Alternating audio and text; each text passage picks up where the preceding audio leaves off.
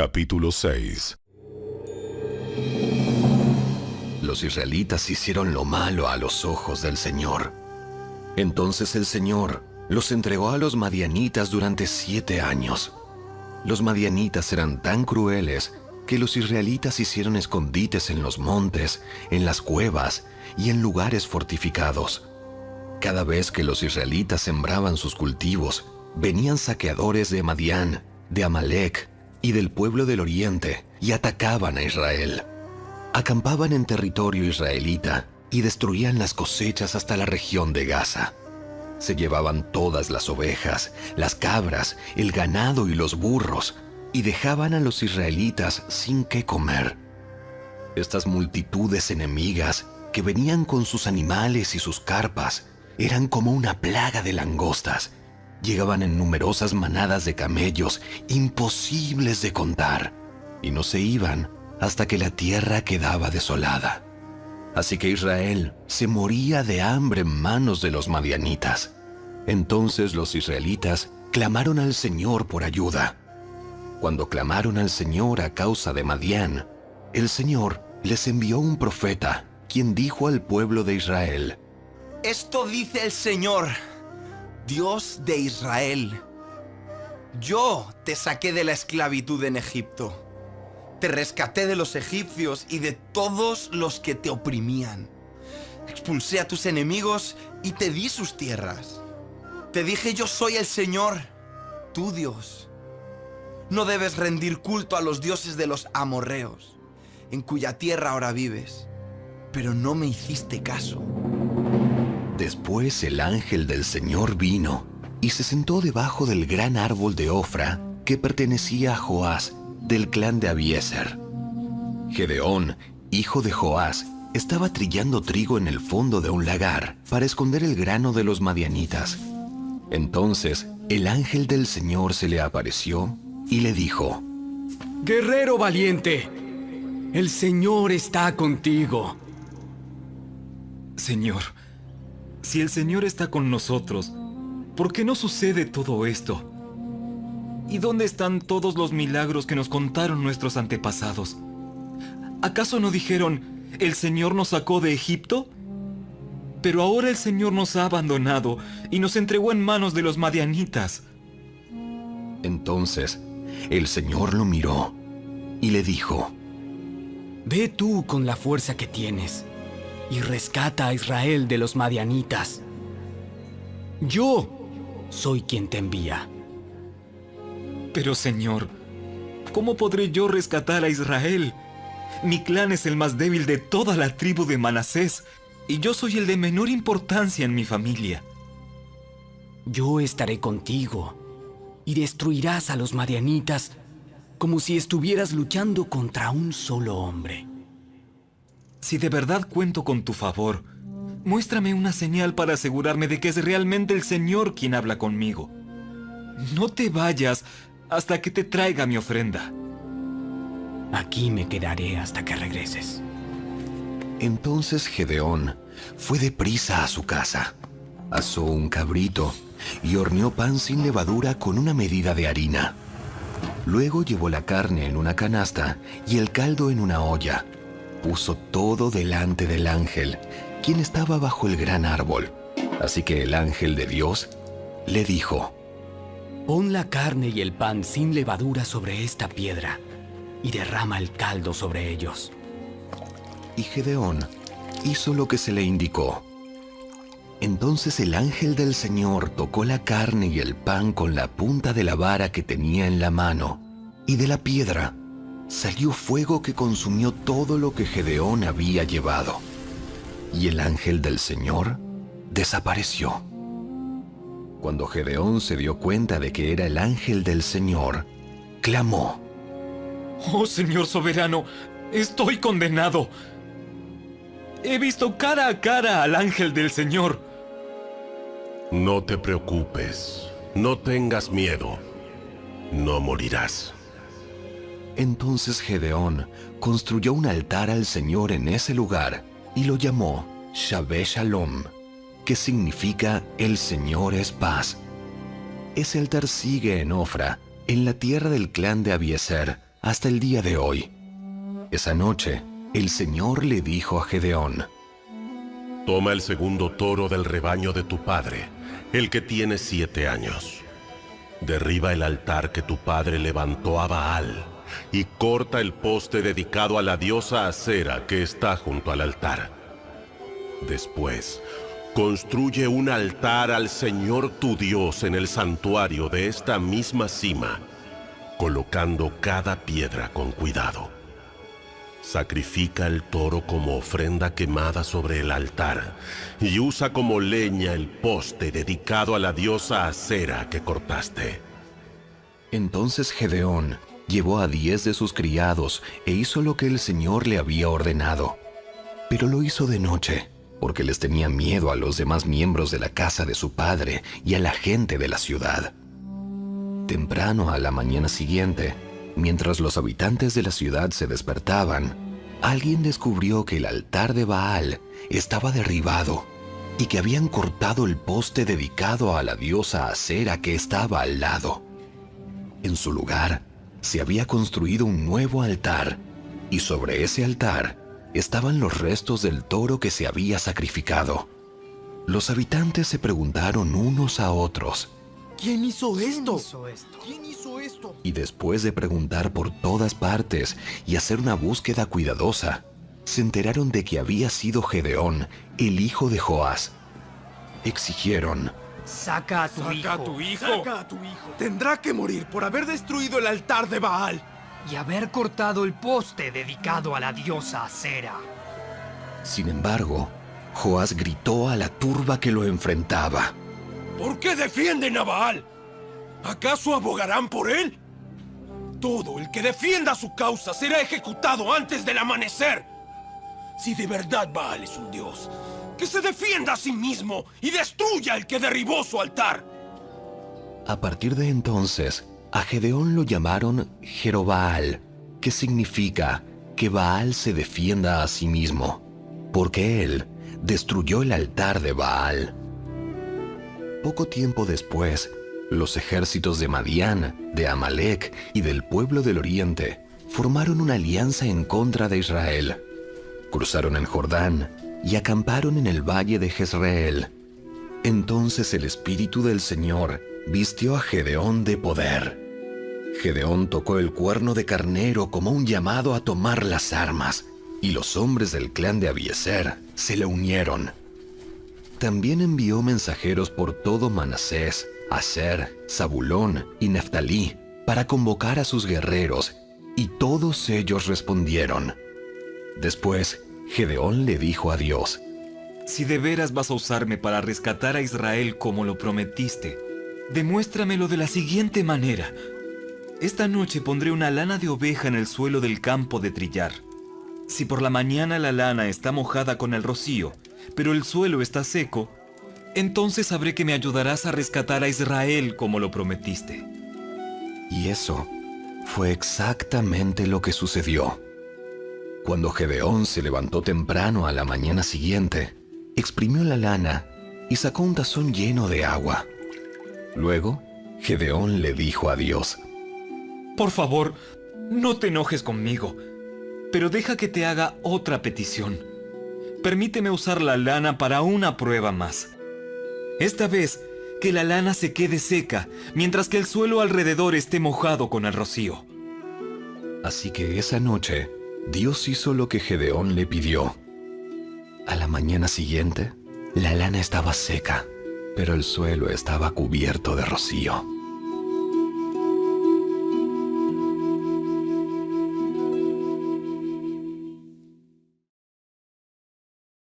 Capítulo 7. Entonces Jerobaal, es decir Gedeón, y su ejército se levantaron temprano y fueron hasta el manantial de Arod. El campamento de los ejércitos de Madián estaba al norte de ellos, en el valle cercano a la colina de Moré. Entonces el Señor le dijo a Gedeón: Tienes demasiados guerreros contigo. Si dejo que todos ustedes peleen contra los madianitas, los israelitas se jactarán ante mí de que se salvaron con su propia fuerza. Por lo tanto, dile al pueblo, a todo aquel que le falte valentía o que tenga miedo, que abandone este monte y se vaya a su casa. Así que 22,000 de ellos se fueron a su casa y quedaron solo 10,000 dispuestos a pelear. Pero el Señor le dijo a Gedeón: Todavía son demasiados. Hazlos descender al manantial, y yo los pondré a prueba para determinar quién irá contigo y quién no. Cuando Gedeón bajó con sus guerreros hasta el agua, el Señor le dijo: Divide a los hombres en 2 grupos. En un grupo, pon a todos los que beban el agua en sus manos, lamiéndola como hacen los perros. En el otro grupo, pon a todos los que se arrodillan para beber directamente del arroyo. Solo 300 de los hombres bebieron con las manos. Los demás se arrodillaron para beber con la boca en el arroyo. Entonces el Señor le dijo a Gedeón: Con estos 300 hombres rescataré a Israel y te daré la victoria sobre los madianitas. Envía a todos los demás a su casa.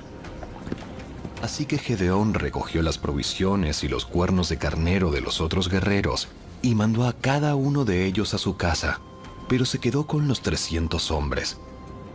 El campamento madianita estaba en el valle, directamente abajo de donde se encontraba Gedeón. Esa noche el Señor le dijo: Levántate, desciende al campamento madianita, porque te he dado la victoria sobre ellos. Pero si tienes miedo de atacar, desciende al campamento con tu siervo Fura. Escucha lo que dicen los madianitas y cobrarás mucho ánimo. Entonces estarás ansioso por atacar. Así que Gedeón, acompañado por Fura, descendió hasta el límite del campamento enemigo. Los ejércitos de Madián, de Amalec y del pueblo del oriente se habían establecido en el valle como un enjambre de langostas. Sus camellos eran como los granos de arena a la orilla del mar, imposibles de contar. Entonces Gedeón se acercó sigilosamente, justo cuando un hombre le contaba un sueño a su compañero. Tuve un sueño en el cual un pan de cebada venía rodando cuesta abajo hacia el campamento madianita. Entonces, cuando golpeaba una carpa, la volteaba y la aplastaba. Su compañero le respondió: Tu sueño solo puede significar una cosa. Dios le ha dado a Gedeón, hijo de Joás, el israelita, la victoria sobre Madián y todos sus aliados. Cuando Gedeón oyó el sueño y la interpretación, se inclinó en adoración ante el Señor. Luego regresó al campamento israelita y gritó: ¡Levántense! Porque el Señor les ha dado la victoria sobre las multitudes madianitas. Así que dividió a los 300 hombres en 3 grupos y le dio a cada hombre un cuerno de carnero y una vasija de barro con una antorcha adentro. Después les dijo: ¡Fíjense en mí! Cuando yo llegue al límite del campamento, hagan lo mismo que yo. En cuanto yo y los que están conmigo toquemos los cuernos de carnero, ustedes también toquen sus cuernos alrededor de todo el campamento y griten: ¡Por el Señor y por Gedeón! Fue apenas pasada la medianoche, después del cambio de guardia, cuando Gedeón y los 100 hombres que iban con él llegaron al límite del campamento madianita. Entonces, de un momento al otro, tocaron los cuernos de carnero y rompieron las vasijas de barro. Enseguida los 3 grupos tocaron juntos los cuernos y rompieron las vasijas. Con la mano izquierda sostenían la antorcha ardiente y en la mano derecha llevaban el cuerno y todos gritaban: ¡Una espada por el Señor y también por Gedeón! Cada hombre permaneció en su puesto alrededor del campamento y observaron cómo los madianitas corrían de un lado a otro, llenos de pánico y gritando mientras se daban a la fuga. Cuando los 300 israelitas tocaron los cuernos de carnero, el Señor hizo que los guerreros del campamento pelearan entre sí con sus espadas.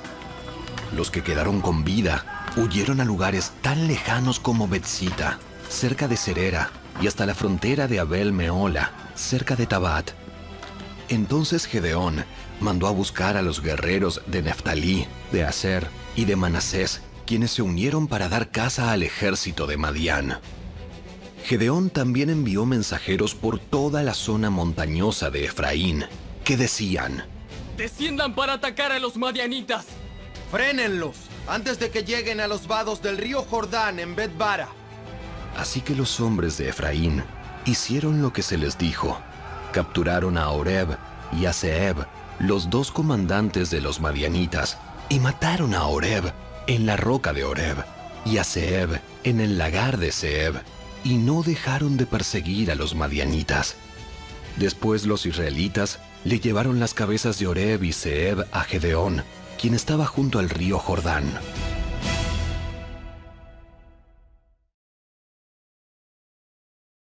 Capítulo 8. Entonces la gente de Efraín le preguntó a Gedeón: ¿Por qué nos has tratado así? ¿Por qué no nos llamaste desde el principio? Cuando saliste a pelear con los madianitas. y tuvieron una fuerte discusión con Gedeón. Pero Gedeón les contestó: ¿Qué he logrado yo comparado con lo que han hecho ustedes? ¿Acaso los racimos olvidados de la cosecha de Efraín no son mucho mejores que todos los cultivos de mi pequeño clan de Abiezer? Dios les dio a ustedes la victoria sobre Oreb y Zeeb, los comandantes del ejército madianita. ¿Qué he logrado yo en comparación con eso? Cuando los hombres de Efraín oyeron la respuesta de Gedeón, se calmó su enojo. Luego Gedeón cruzó el río Jordán con sus 300 hombres, y aunque estaban agotados, continuaron persiguiendo al enemigo. Cuando llegaron a Sucot, Gedeón les pidió a los líderes de la ciudad: Por favor, denles algo de comer a mis guerreros. Están muy cansados. Estoy persiguiendo a Seba y a Salmuna, los reyes de Madián. Pero los líderes de Sucot le respondieron: Primero captura a Seba y a Salmuna. Y después alimentaremos a tu ejército. Cuando el Señor me dé la victoria sobre Seba y Salmuna, volveré y les desgarraré la carne con espinos y zarzas del desierto. Desde allí, Gedeón subió a Peniel y una vez más pidió alimentos, pero obtuvo la misma respuesta. Así que le dijo a la gente de Peniel: Cuando vuelva victorioso, derribaré esta torre. Para entonces, Seba y Salmuna se encontraban en Carcor con unos 15,000 guerreros, que era todo lo que quedaba de los ejércitos aliados del oriente, porque ya habían matado a 120,000. Entonces Gedeón rodeó por la ruta de las caravanas que está al oriente de Noba y Jocbea, y tomó al ejército madianita por sorpresa. Así que Seba y Salmuna, los dos reyes madianitas, huyeron, pero Gedeón los persiguió y capturó a todos sus guerreros. Después Gedeón regresó de la batalla por el paso de Eres. Allí capturó a un joven de Sucot y le exigió que pusiera por escrito los nombres de los 77 líderes y ancianos de la ciudad. Luego regresó a Sucot y les dijo a los líderes: Aquí están Seba y Salmuna. Cuando pasamos por aquí antes, ustedes se burlaron de mí diciendo: primero captura a Seba y a Salmuna, y después alimentaremos a tu agotado ejército. Entonces Gedeón tomó a los ancianos de la ciudad y los castigó con espinas y zarzas del desierto para darles una lección. También derribó la torre de Peniel y mató a todos los hombres de la ciudad.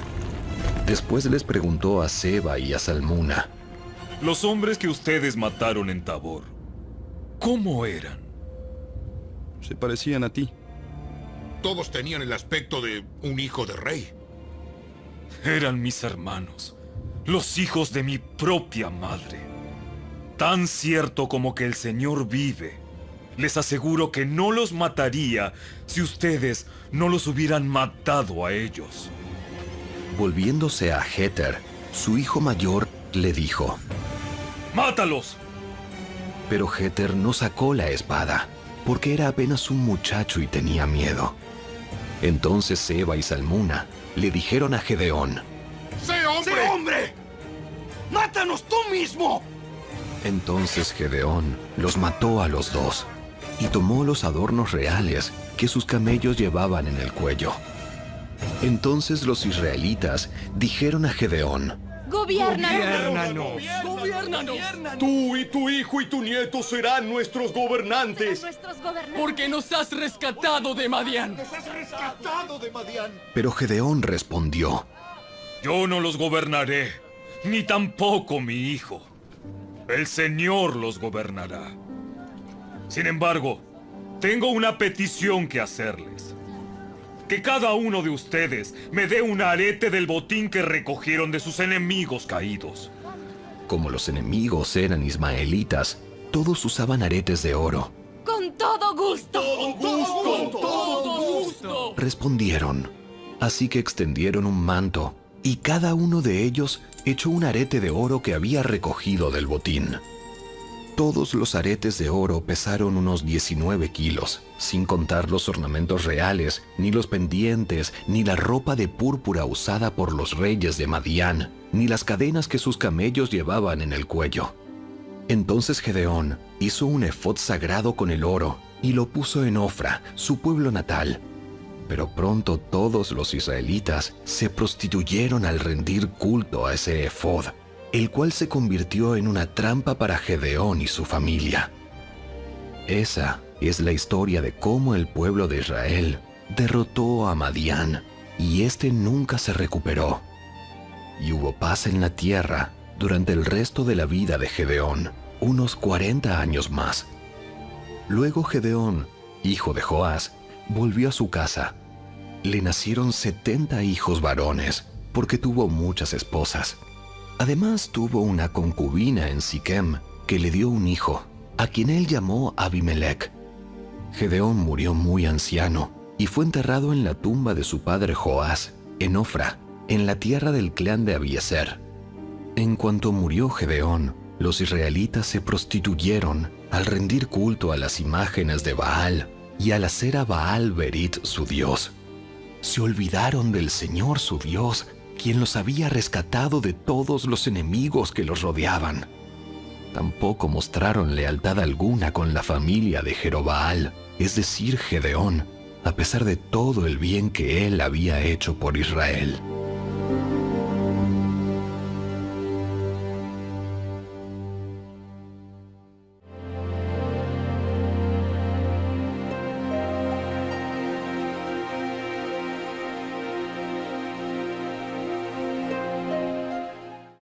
Salmo 72.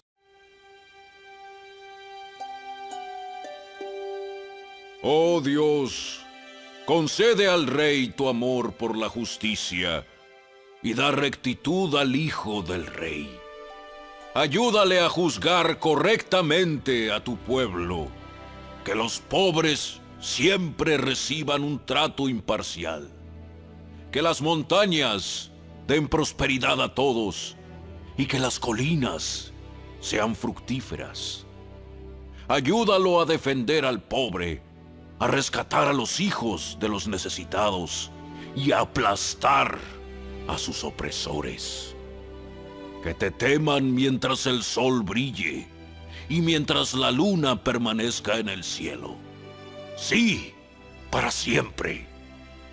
Que el gobierno del rey tenga la frescura de las lluvias de primavera sobre la hierba recién cortada, de los aguaceros que riegan la tierra. Que florezcan todos los justos durante su reinado, que haya prosperidad abundante hasta que la luna deje de existir. Que reine de mar a mar y desde el río Éufrates hasta los extremos de la tierra. Los nómadas del desierto se inclinarán ante él. Sus enemigos caerán a sus pies sobre el polvo. Los reyes occidentales de Tarsis y de otras tierras distantes le llevarán tributo.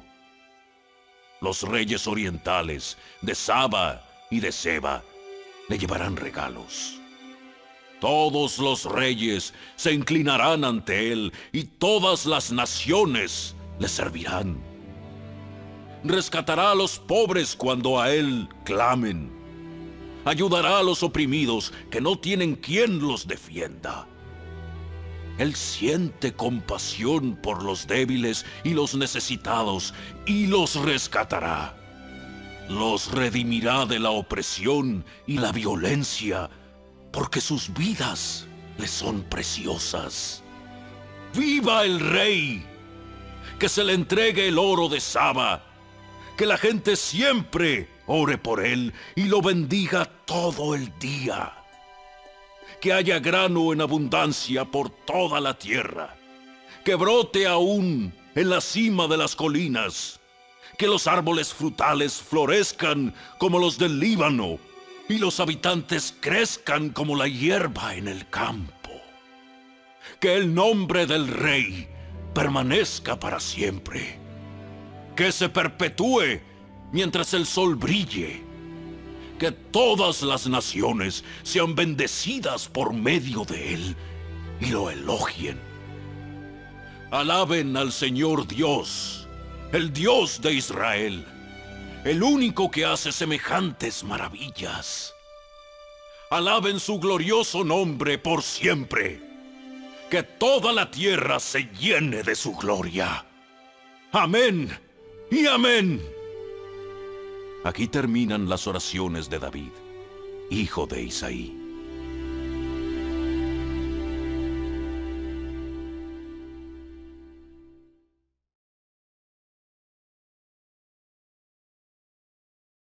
Toda la escritura es inspirada por Dios y es útil para enseñarnos lo que es verdad y para hacernos ver lo que está mal en nuestra vida. Nos corrige cuando estamos equivocados y nos enseña a hacer lo correcto. Dios la usa para preparar y capacitar a su pueblo a fin de que haga toda buena obra.